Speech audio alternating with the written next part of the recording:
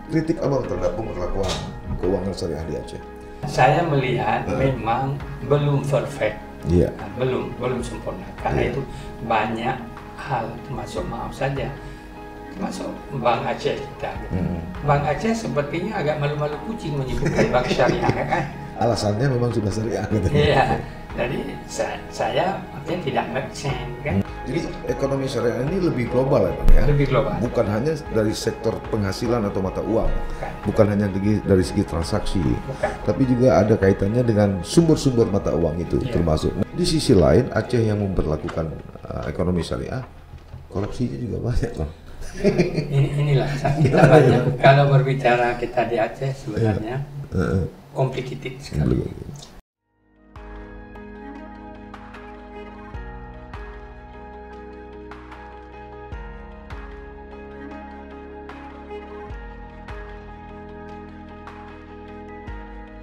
Assalamualaikum warahmatullahi wabarakatuh. Sahabat sisi lain, berbagai fakta, data, dan peristiwa terjadi.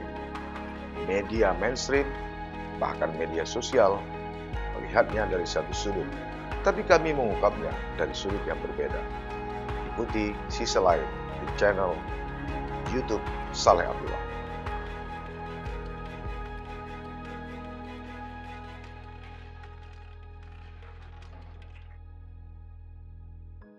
Ya, ini menarik juga Abang sebagai Ketua Dewan Pembina Masyarakat Ekonomi Syariah di Australia. Di Aceh juga berlaku ekonomi syariah. Kira-kira ada nggak bandingannya? Ya, ini sebenarnya ini masyarakat syariah, ekonomi syariah ini pusatnya kan di Jakarta. Jakarta.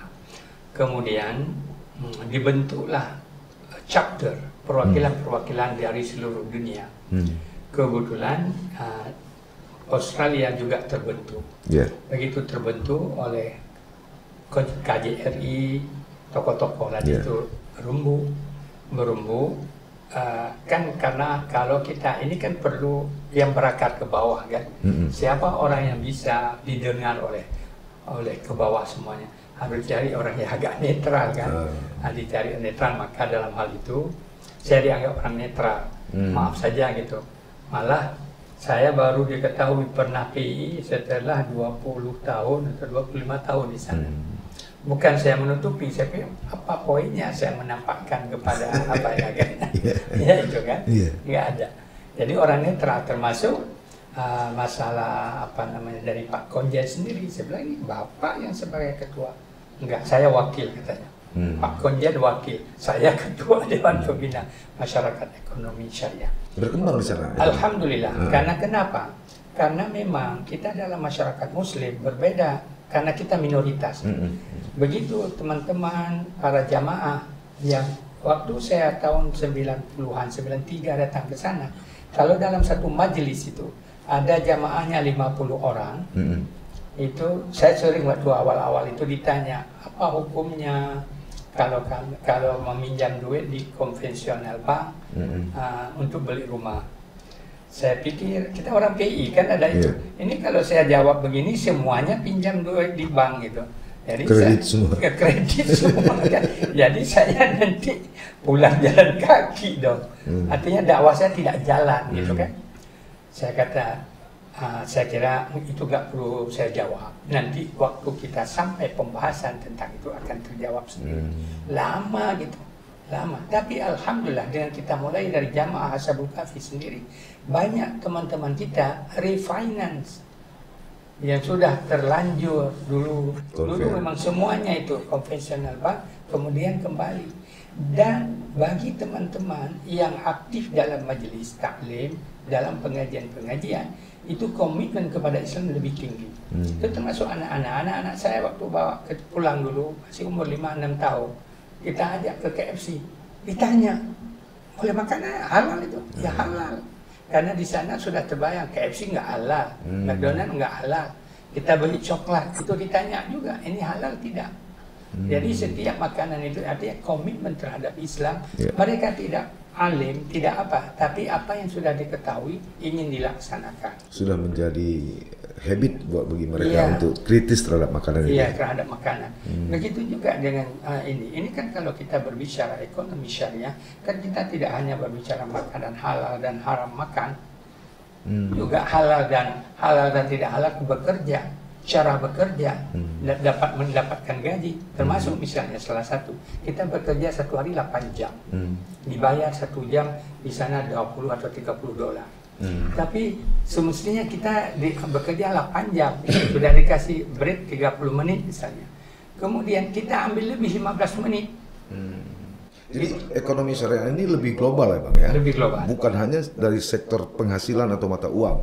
Bukan hanya dari segi transaksi. Bukan. Tapi juga ada kaitannya dengan sumber-sumber mata uang itu termasuk. Nah, kalau begitu bagaimana menurut atau kritik Abang terhadap pemberlakuan keuangan syariah di Aceh? Udah ideal atau memang? Ya, saya melihat memang belum perfect. Iya. Nah, belum sempurna karena itu banyak hal, termasuk maaf saja, termasuk Bank Aceh kita gitu. Bank Aceh sepertinya agak malu-malu kucing menyebutkan bank syariah kan. Alasannya memang sudah syariah gitu. Iya, jadi saya artinya tidak make sense kan, tidak make sense. Kenapa bank-bank yang nasional berani menulis bank syariah? Kenapa? Ya ini banyak dari masyarakat kita, termasuk nanti kalau di sana ada apa namanya diaspora global Aceh, itu kita kritik habis-habis. Karena di dalam anggaran dasar itu juga mereka malu-malu kucing menyebutkan. Kalau kita sudah berbicara Aceh, itu Islam harus eksplisit, nggak boleh implisit lagi. Eksplisit, harus jelas itu. Adat Bapak Pemurhum hukum Mbak Siapalah, kanun Mbak Putropan Bersambala sama harus jelas itu. Oke, kalau di Australia itu jelas mana yang syariah, mana yang tidak syariah, mana halal, mana tidak halal. Nah, salah satu contoh misalnya, kita sudah memulai, kita tidak lagi pada tingkat mempermasalahkan apa namanya zakat pendapatan. Kita kan masih mempermasalahkan zakat pendapatan itu. Kita sudah mulai supaya lebih selamat dalam mengeluarkan zakat itu. Apakah kita bekerja setiap hari dapat gaji, atau setiap minggu, atau setiap bulan? Kalau setiap hari, berapa dapat hari ini? 100 dolar, sisihkan 2,5%, $2.5. Karena minimal zakat kan 2,5. Karena di Australia, kalau orang bekerja, semalas-malas pun bekerja, mesti wajib zakat. Karena 85 gram ukuran wajib zakat itu kan pendapatan 85 gram. 85 gram itu sekitar 6.500. 6.500 satu tahun pendapatan kita wajib zakat. Ini per minggu saja dia dapat 2.000. Jadi satu tahun berapa? Mesti. Nah, jadi, oke, ada yang berpendapat, tidak seluruh pendapatan setelah pengeluaran. Oke, no problem. Artinya tidak bruto lah. Misalnya dia dapat satu tahun 10.000, sudah ada pengeluarannya 5.000, yang wajib zakat 5.000, misalnya begitu. Oke, kita terima juga itu. Tapi apakah kalau kita ambil zakat dari 10.000 tidak lebih baik? Yang lebih itu jadi sedekah, jadi infak. Sedangkan setiap Australian people begitu dia belanja makan, dia sudah bayar 10% untuk GST. Beli baju 10 dolar itu sudah masuk GST. Kalau di Amerika kan on the top kan. Misalnya ditulis baju itu 10.000, begitu kita bayar 11.000. Nah, gitu. Tapi di Australia ditulis 10 bayar 10. Tapi sudah 10% masuk dalam 10 itu. Dalam 10 itu. Nah, ini kembali ke Aceh Bang. Ini menarik soal ekonomi syariah. Kita masih berpikir antara konven sama syariah. Padahal kalau saya mendengar tadi kan lebih dalam lagi. Bagaimana kita bekerja, bagaimana kita memperoleh penghasilan. Di sisi lain Aceh yang memperlakukan ekonomi syariah, korupsinya juga banyak Bang. Inilah kita banyak. Kalau berbicara kita di Aceh sebenarnya complicated sekali. Pertama, saya kira kalau regulationnya sebenarnya sudah oke lah, sudah bagus. Tapi orangnya, jadi mentalitas orangnya itu yang perlu training PI lah. Ini beberapa alumni PI juga pernah memimpin, Bang. Iya betul, ya betul. Kita pernah punya gubernur alumni PI, kita Ya. pernah punya ketua DPR alumni PI, Bang.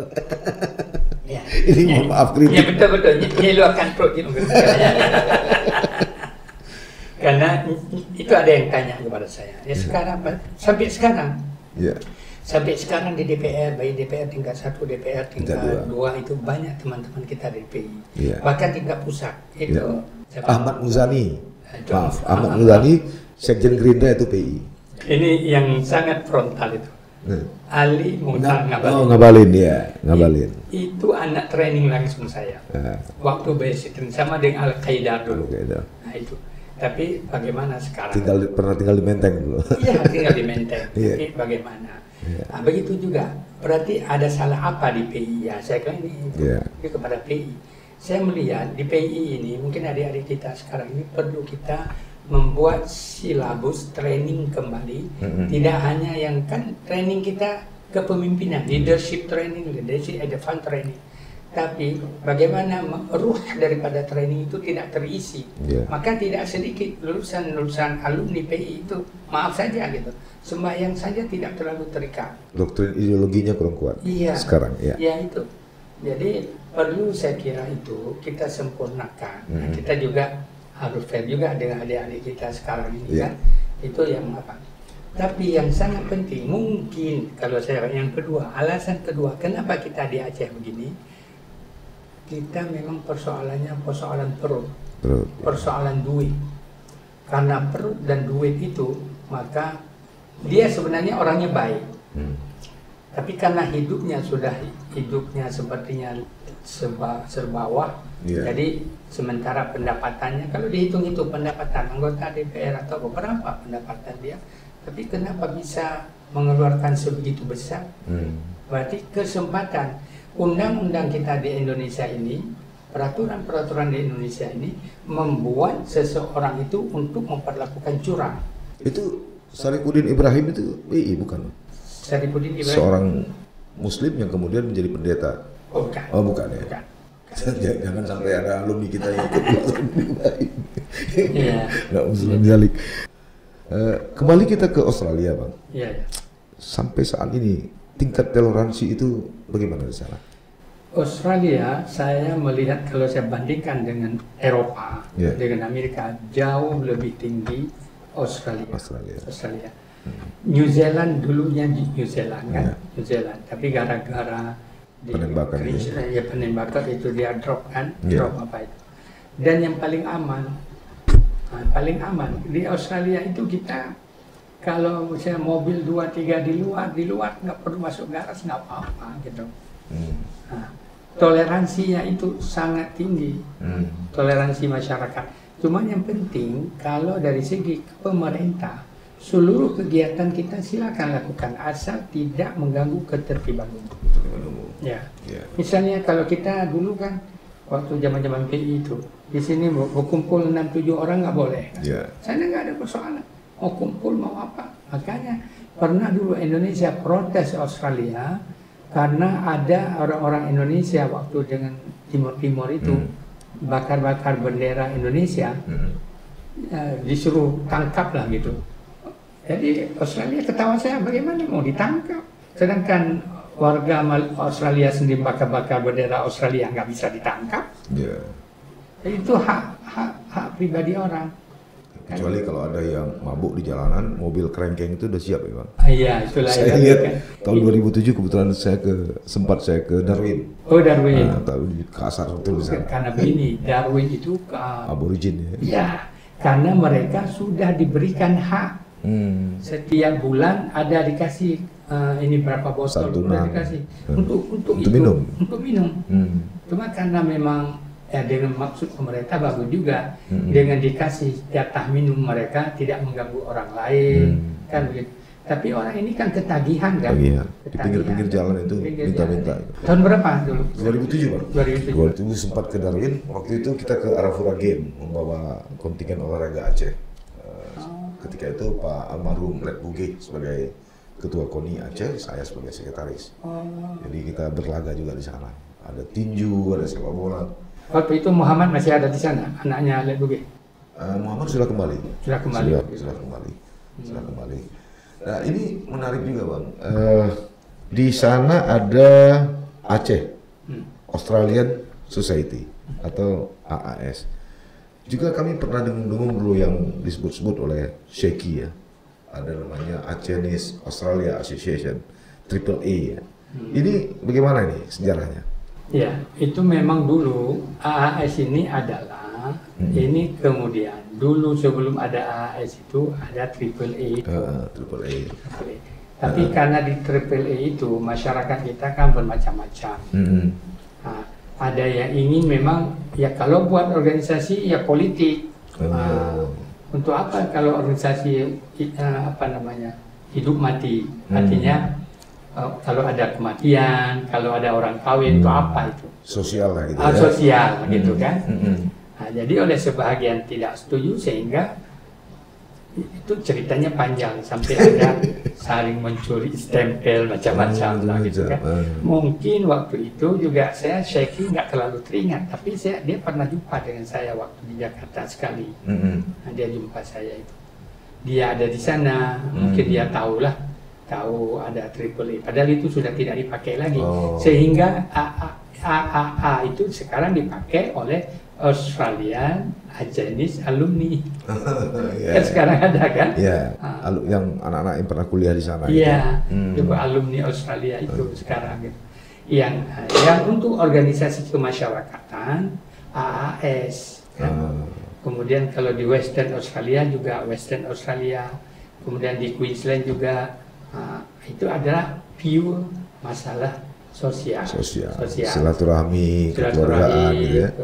Pengumpulan zakat, kirim ke kampung, kemudian kalau ada musibah di kampung kirim, itu saja. Jadi AAA itu bukan personifikasi dari perwakilan GAM dulu di Australia, bukan. Jadi klaim seperti itu berarti tidak benar, ya? Tidak benar.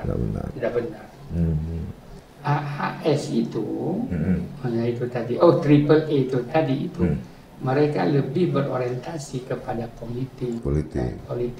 Saya kira itu juga tidak salah kan. Cuman kita harus paham kondisi undang-undang di Australia. Kalau partai politik, nah kita berpolitik di Australia dengan sini beda. Di Australia orang berpolitik orang sudah punya duit, sudah mantap duitnya. Sudah mandiri nih. Sudah mandiri. Kalau kita sini mau cari duit di politik kan gitu. Nah, satu. Yang kedua, kalau kita organisasi politik, nah, ada syaratnya yang tidak mungkin kita penuhi gitu. Nah, seperti di sini ada perwakilan seluruh daerah, mana ada gitu kan. Nah, kemudian kita punya finansial yang cukup, mana mungkin ada gitu. Yang ketiga, kita tidak boleh memakai fasilitas kerajaan. Negara. Iya. Nah, seperti Ashabul Kahfi sampai hari ini kita memakai gedung-gedung sekolah pemerintah for free. Kenapa? Karena kita bukan politik. Justru yang kita daftar sebagai education. Kita sekolah untuk mendidik anak-anak terbuka. Mau diajarkan apa terserah kita. Gitu. Tapi kalau sudah politik, fasilitas kerajaan nggak boleh pakai. Nah. Baik Bang, saya kira waktu juga yang memisahkan kita. Terima kasih telah hadir dalam undangan kami ini. Mudah-mudahan apa yang kita bahas malam ini ada manfaatnya bagi rakyat Aceh dan insya Allah dunia. Sahabat, sisi lain itu tadi perbincangan saya dengan Dr. Teguh Khalidin Yaakub dan sekaligus juga instruktur, guru dan senior saya di Pelajar Islam Indonesia.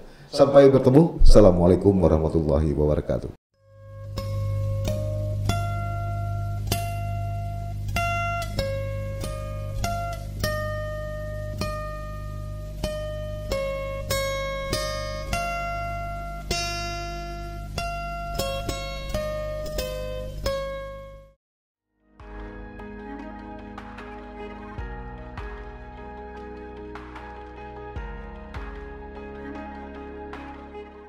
Jangan lupa like, komen, dan subscribe. Serta aktifkan lonceng notifikasi.